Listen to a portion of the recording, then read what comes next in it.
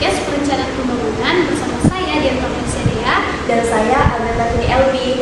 Nah, hari ini kita bakal ngobrol santai nih terkait teori perencanaan pembangunan. Tema yang nggak bosan-bosan kita bahas. Apalagi kalau dikaitkan dengan dinamika nasional Indonesia saat ini. Betul banget, soalnya pembangunan kan bukan cuma soal gedung yang tinggi dan infrastruktur yang besar ya, tapi juga bagaimana prosesnya direncanakan dan siapa sih yang diuntungkan. Nah, biar obrolan kita nggak cuma opini, kita bakal bahas 5 teori utama perencanaan pembangunan dan 2 jurnal terbaru tahun 2024 dan juga refleksi kondisi nyata Indonesia sekarang.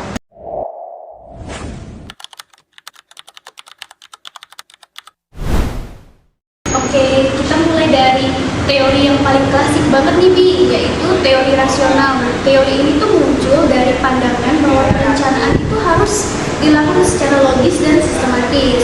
Mulai dari kayak gimana kita nentuin tujuannya, kita mengumpulkan data, menyusun alternatif dan memilih alternatif yang paling efisien nih. Lalu kita mengevaluasi hasilnya bagaimana.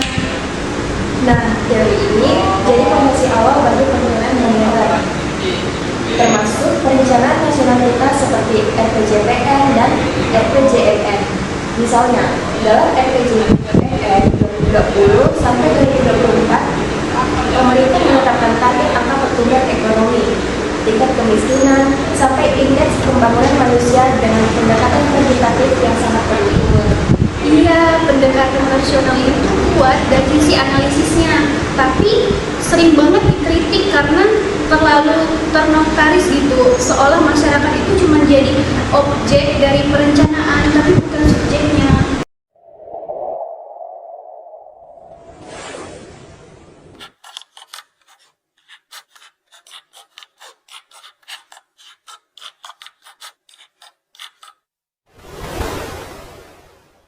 Nah, barusan kita sudah melihat cuplikan menarik. Artinya, meskipun teori rasional dominan, Indonesia sekarang mulai bergerak ke arah perencanaan yang lebih adaptif dan berkeadilan.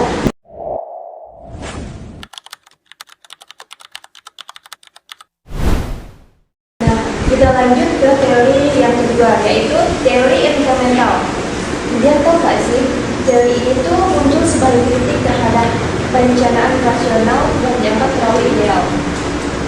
Dalam teori incremental, perubahan dianggap lebih efektif kalau dilakukan step by step, bukan langsung besar-besaran.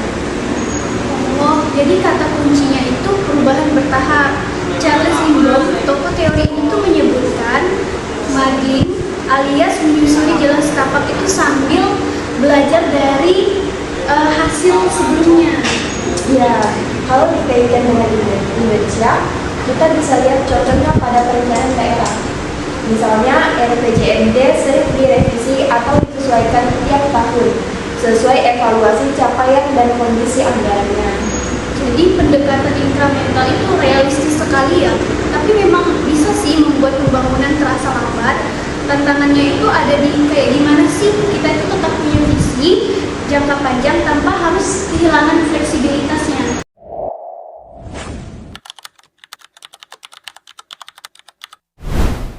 Sekarang kita ke teori yang ketiga ya, di teori ketiga ini kita ada teori komunikatif. Nah, teori ini tuh muncul karena perencanaan itu bukan cuma soal data dan logikanya aja, tapi juga komunikasi antar aktornya.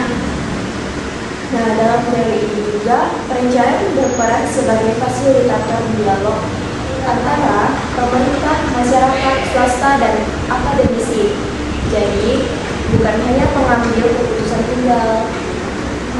Musrenbang atau musyawarah perencanaan pembangunan itu jadi salah satu contoh nyatanya ya, bahwa penerapan teori ini tuh di Indonesia, karena di situ itu masyarakat bisa menyampaikan usulan langsung.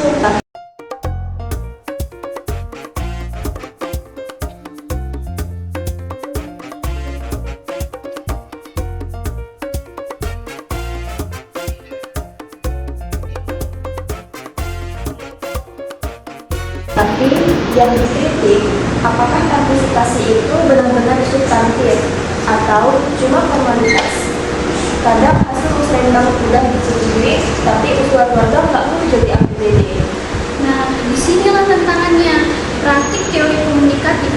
Indonesia. Kayak bagaimana sih menjembatani suara warga dengan kebijakan pemerintah.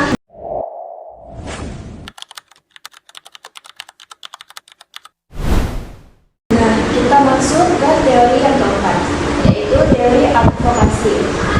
Teori ini lahir dari semangat keadilan sosial.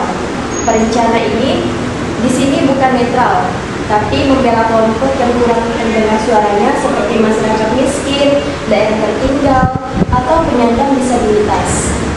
Oh, jadi dalam konteks Indonesia, contohnya itu bisa kita lihat dari program pembangunan di wilayah 3T atau terdepan, terluar, tertinggal, dan kebijakan afirmatif bagi kelompok yang rentan. Nah, menarik nih, karena teori advokasi menuntut kepekaan sosial, bukan hanya pintar merencanakan, tapi juga berpihak. Kalau diabaikan, teori ini mengingatkan kita bahwa pembangunan bisa malah memperlebar jurang ketimpangan.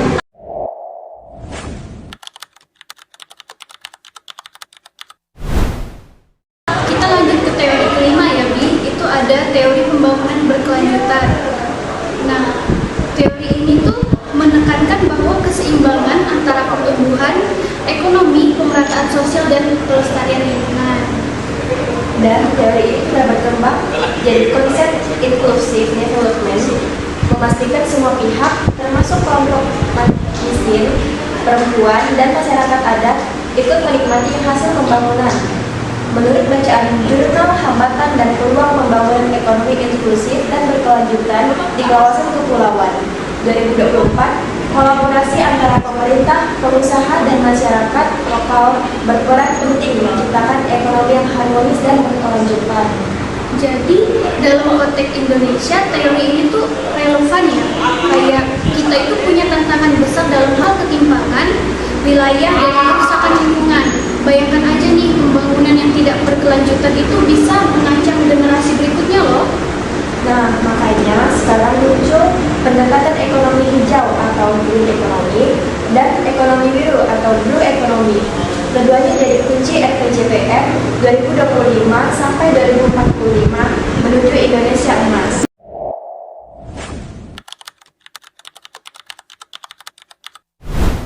Nah, selain 5 teori utama tadi, ada juga nih teori tambahan seperti mixed planning, teori gabungan antara pendekatan rasional dan eksperimental. Artinya itu perencanaan itu bisa mempunyai visi yang besar, tapi tetap fleksibel dalam langkah-langkah kecil.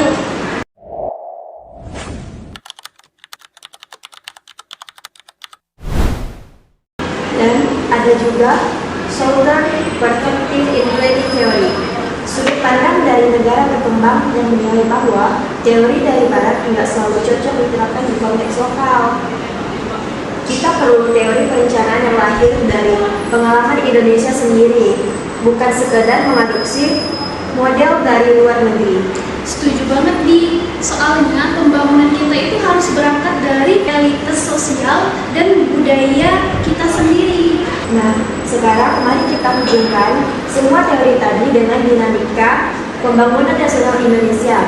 Setelah reformasi, kita masuk ke era desentralisasi, kemudian dari pusat ke daerah, dan top down ke partisipatif. Kita juga menghadapi tantangan besar seperti kesenjangan antar wilayah, urbanisasi yang cepat, digitalisasi, dan krisis iklim. Semua ini tuh menguji kayak sejauh mana teori-teori tadi tuh bisa kita terapkan. Nah, artinya teori rasional tetap penting, tapi harus dikombinasi dengan partisipasi, advokasi, dan keberlanjutan agar relevan dengan kondisi Indonesia yang super beragam. Nah, Bi, kalau kita simpulkan itu, teori-teori perencanaan itu kayak alat yang ada di kotak perkakas gitu loh. Kayak nggak bisa tuh satu alat dipakai untuk semua situasi, tapi harus ada kombinasi yang tepat untuk menghasilkan perencanaan yang efektif. Dan perencana di Indonesia butuh kemampuan bukan hanya teknis, tapi juga sosial, mendengar warga, memahami konteks lokal, dan memastikan pembangunan berpihak pada semua pembangunan yang baik adalah yang mampu menghubungkan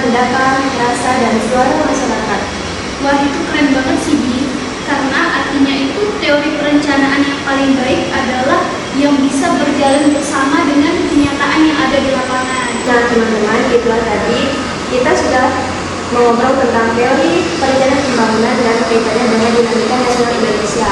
Kita sudah bahas 5 teori utama dari teori rasional sampai berkelanjutan, ditambah dengan beberapa teori pendukung dan 2 jurnal tahun 2024 yang menegaskan pentingnya kolaborasi.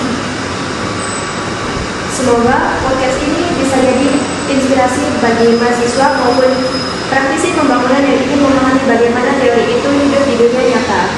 Kalau kalian punya ide atau komentar, komen di video kami. Bye-bye!